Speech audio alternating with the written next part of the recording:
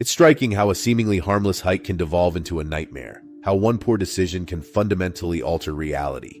Now I'm stuck here, no longer a person but an echo of those poor decisions.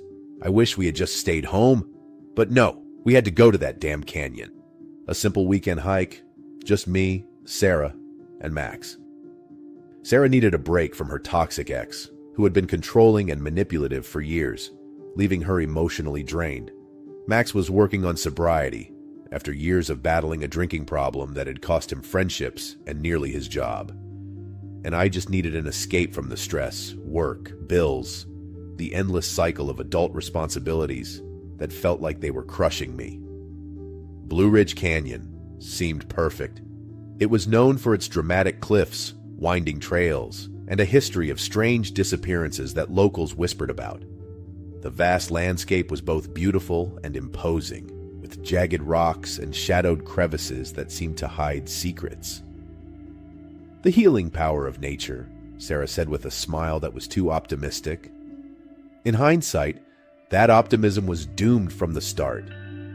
The warning signs were there, literal signs even. Trail closed, weather alert, all posted clearly at the entrance.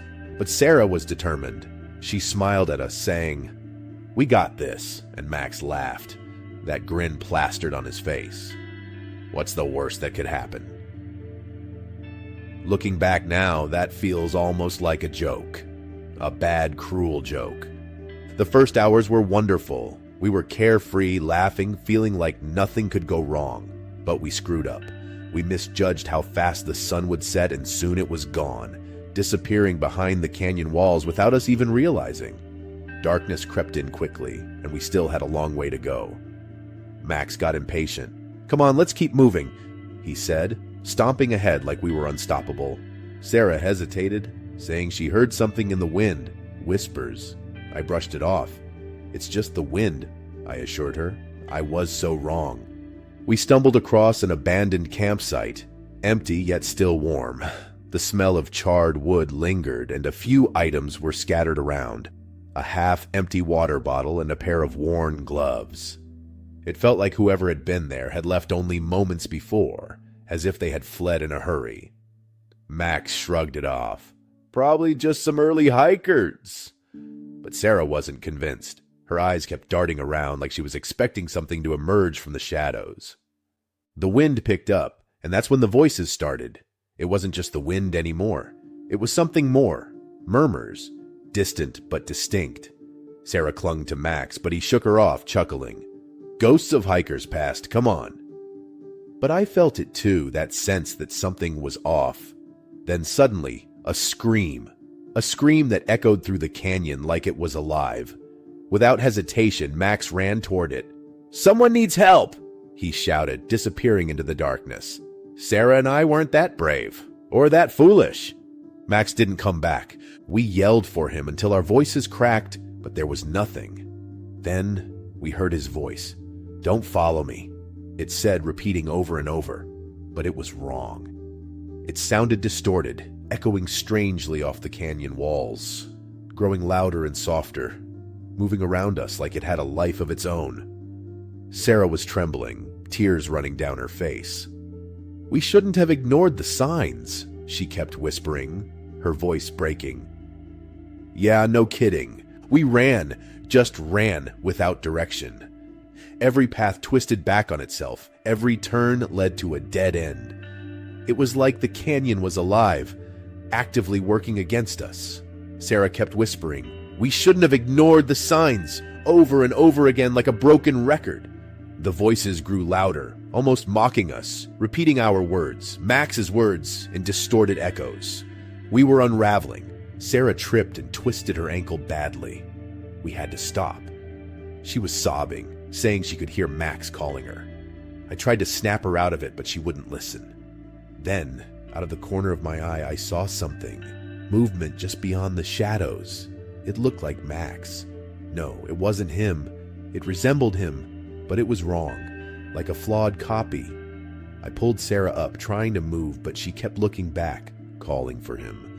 We found an old shack, half buried in the rocks. It looked ancient, like it had been there for decades, maybe longer. Some people said it was a ranger's outpost from the early 1900s, but others believed it was a shelter built by those who had gone missing in the canyon. Inside, the walls were covered in carvings, names, dates, warnings from others before us. The messages were desperate, etched deep, like they were a last-ditch effort to tell the world they had been here. One name stood out: Max, 1987. I stared at it, my stomach turning over. Max was born in 1992. Sarah just stared blankly, her eyes wide. I didn't know what to say, it made no sense, but deep down I knew. This canyon had claimed people before. It twisted them, used them, and now it was our turn. We tried to leave, but the path had vanished. The canyon walls closed in, trapping us in darkness. Sarah collapsed, holding her head, screaming about Max, saying she could see him. Her eyes were wide, darting around frantically as if she was trying to follow something only she could see. Her voice was filled with both fear and a strange sort of longing, like she truly believed Max was there, just out of reach. She kept reaching out, her fingers trembling, tears streaming down her face, her entire body shaking, as if she was fighting against something deep inside her mind. I knew it wasn't him. It was the canyon toying with us. The wind stopped, the voices went silent, and that's when I saw it, my name carved into the wall. Old and faded, like it had been there for years. I had been here before. We never should have come. Sarah couldn't fight anymore. She gave up, let the darkness take her. I can't blame her. She kept whispering Max's name, her eyes vacant, tears streaming down her face. I tried to get her to move, but she just sat there staring into the dark, as if she saw something I couldn't.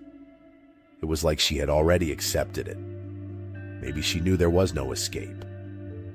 I kept moving, dragging myself along the rocky path, hoping for anything, a way out, some kind of help.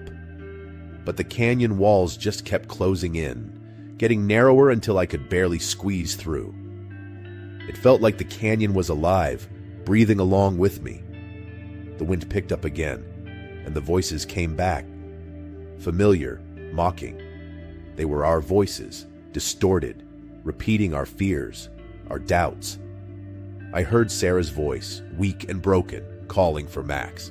And I knew she was gone. There was nothing I could do. I don't know how long I wandered before I found myself back at the shack. It felt like hours, maybe days. Time didn't make sense anymore. The shack felt different this time. Colder, darker. I stepped inside, and the carvings were everywhere, covering every inch of the walls, the floor, even the ceiling. Names I didn't recognize, warnings scratched deep into the wood. My eyes scanned over them until I saw it again. My name now with more details, dates, phrases I had never written, memories that weren't mine. A chill ran through me, and I realized that the canyon wasn't just trying to keep us. It was trying to become us. Then I heard footsteps outside, slow, deliberate. My heart pounded and I held my breath. Fear gripped me, and I remembered when I was a kid, hiding in the closet during a thunderstorm, the same helpless feeling gnawing at me. Only this time, there was no comforting voice telling me it would be okay. This fear was raw, unfiltered, and there was no escaping it. The door creaked open, and for a moment I thought it was Max. But it wasn't. It looked like him. Same clothes, same face, but the eyes were empty, hollow. He stared at me, expressionless, and then he spoke. But it was my voice that came out. "We shouldn't have ignored the signs." Panic surged through me. I stumbled over the carvings, my eyes darting for an escape. The figure stepped closer, repeating the words over and over, each time sounding more like me. Until it was my voice, perfectly mimicked, echoing in that cramped space. I bolted, pushing past it, out into the cold night air, my feet pounding against the rocky ground. I ran until my legs burned, until my lungs felt like they would burst. The canyon twisted and turned, the walls moving with me, guiding me deeper into its maze. I stopped when I couldn't run anymore, collapsing onto the ground, my body aching, my mind spinning. The wind howled, the voices blending together in a chaotic mix of pain and fear. I heard Sarah. I heard Max. I heard myself, all of us, calling out. Lost, scared, I knew then that there was no way out. The canyon had us. It always had. We were never meant to leave. I lay there staring up at the sliver of moonlight above, the canyon walls towering over me. A strange sense of calm washed over me. Maybe it was acceptance, maybe exhaustion. I don't know, but I knew I couldn't fight anymore. The last thing I heard was my own voice echoing back at me, telling Sarah we shouldn't have ignored the signs. It felt almost comforting in a twisted way, like the canyon was welcoming me home. Now I'm part of the canyon too. Just another voice in the wind, lost forever, warning the next people who think they can conquer Blue Ridge Canyon. It will take them too, just like it took us. The echoes never stop. They never fade. And someday, someone else will hear them, and they'll think it's just the wind. They'll think they're different, but they're not. No one is. The canyon always wins. Story 2. I never should have gone back up that ridge. Hell, I knew it from the start. The cops called it an accident. But I know what I saw, what happened to Dan. It wasn't just another hike. It was a nightmare that I'll carry with me until the day I die. And maybe that's what the ridge wanted all along, to haunt me. To remind me that some places aren't meant to be conquered. Some places are alive, and they take what they want. We'd been up there before, me and Dan. The first time, it had been almost fun, an adventure, a way to test ourselves against the wild. But even then, there had been signs, the sudden shifts in the wind, the way the birds stopped singing as we got closer. I remember the uneasy feeling that crept over me, like the ridge was watching, waiting. Dan had laughed it off, called me paranoid, but I knew deep down that we were pushing our luck. Returning was a mistake, one I made because I thought it would be different. I thought we could beat it. I wanted to prove to myself that the fear wasn't real, that we were stronger than the unease that haunted us the first time. I thought if we faced it again, we could conquer it, and I could finally silence the doubts that had been eating away at me, but the ridge had other plans. It all started like every other stupid adventure we'd ever been on. Dan, the unstoppable adrenaline junkie, always picking the wildest spots. This time, it was the ridge, out in the Rockies. A remote trail, cliffs steep enough to make you question your sanity, miles from anyone. Dan loved it. He thrived on this shit. The rest of us, we just tagged along trying to keep up, laughing at his dumb jokes and ignoring the fear that crept in as we got closer to the edge. Maybe I kept going, just to prove I wasn't the coward my old man always said I was. Maybe I just didn't want to be the guy who said no. We started early, sun barely up, and the trail was quiet. It was all good until the path narrowed, hugging the cliff like it wanted to throw us off. Dan was in his element, talking big about how one slip would be curtains for any of us, laughing like it was all just another thrill. That's when we saw it.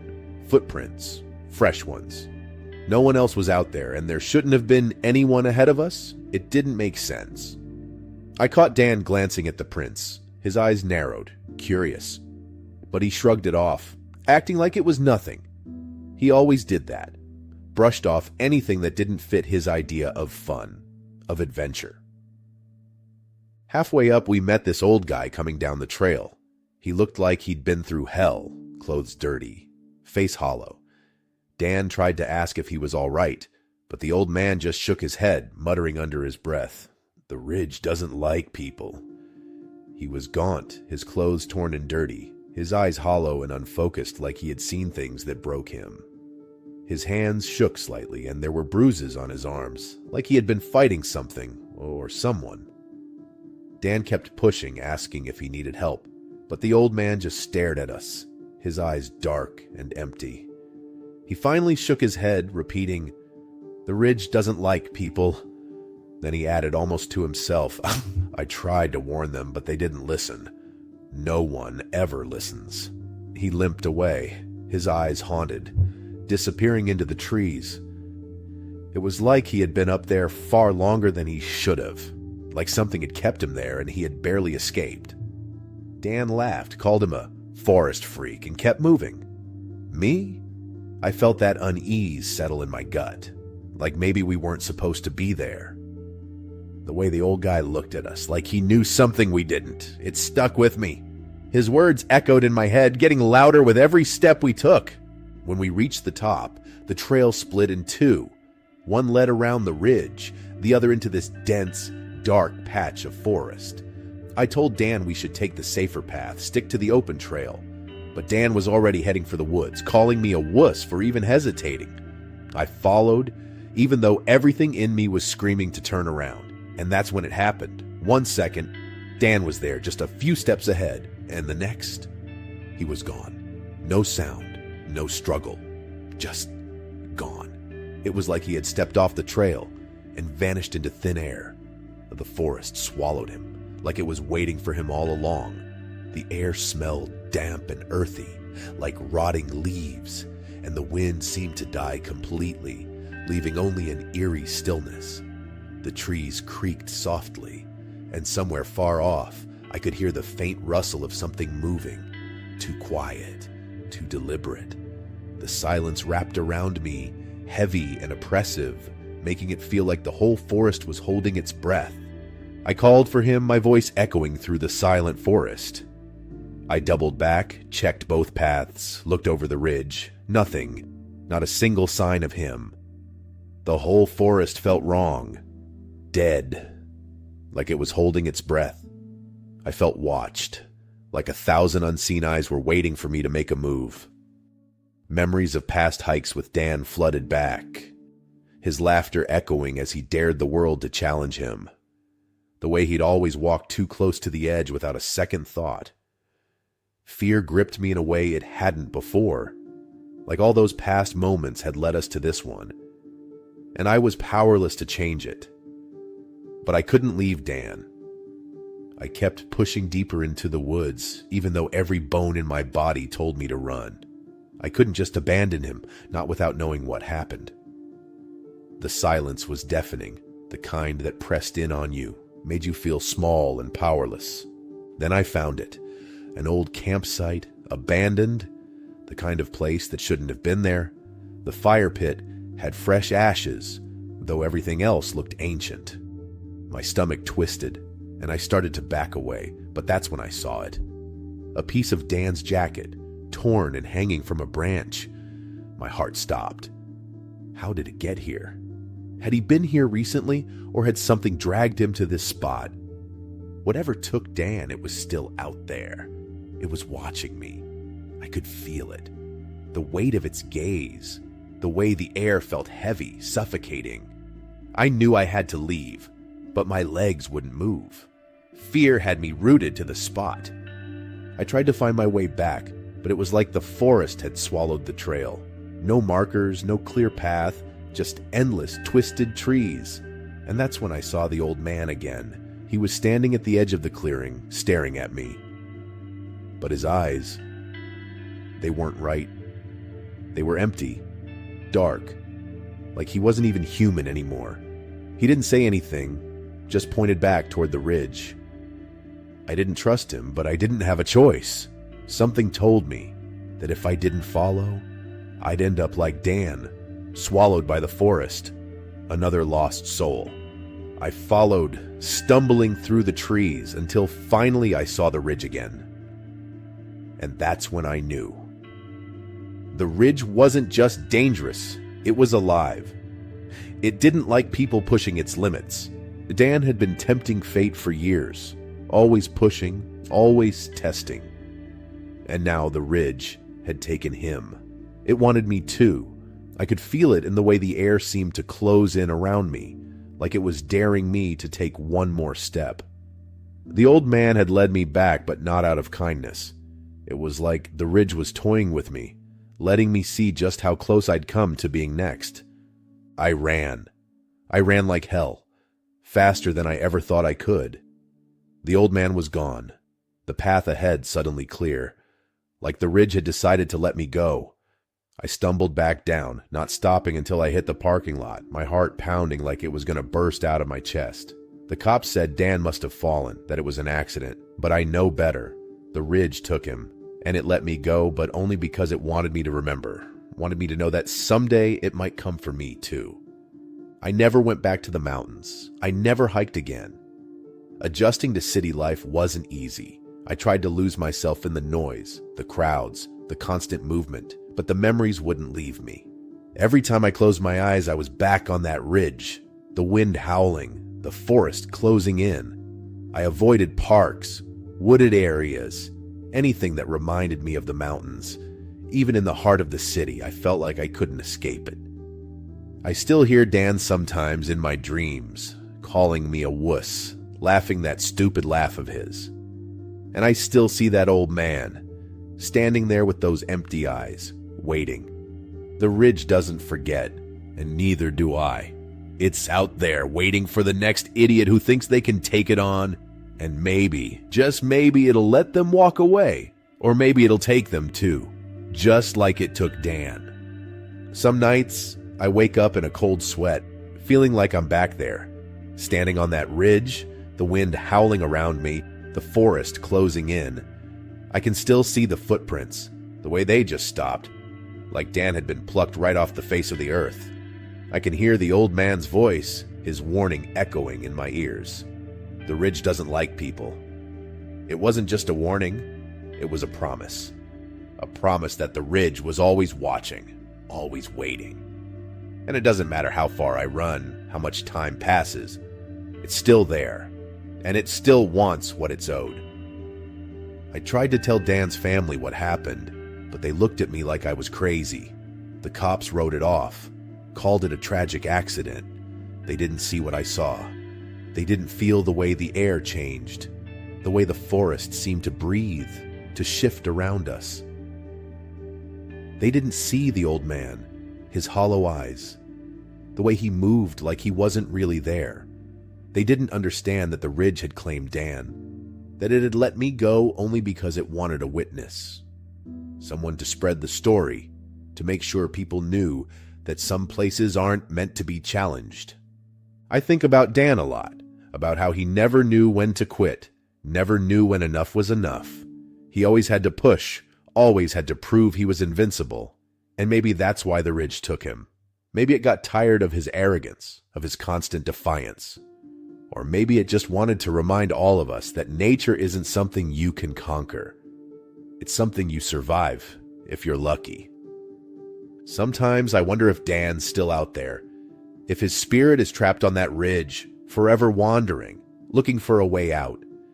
Maybe he's with the old man, another lost soul bound to the ridge, warning off the next group of idiots who think they can take it on. Or maybe he's part of it now, part of the wind that howls through the trees, the shadows that move just out of sight. I don't know. All I know is that the ridge took him and it let me go, and that's not something I'll ever forget. I stay away from the mountains now.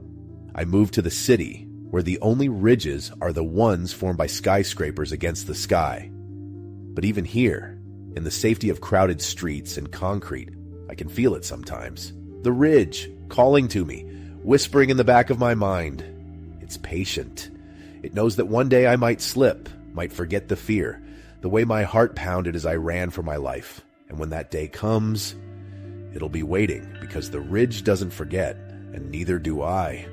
Sometimes, I swear I can feel it in the wind that rushes between the buildings, like it's still reaching out, still connected to me no matter how far I go. Sometimes I swear I can feel it in the wind that rushes between the buildings, like it's still reaching out, still connected to me no matter how far I go.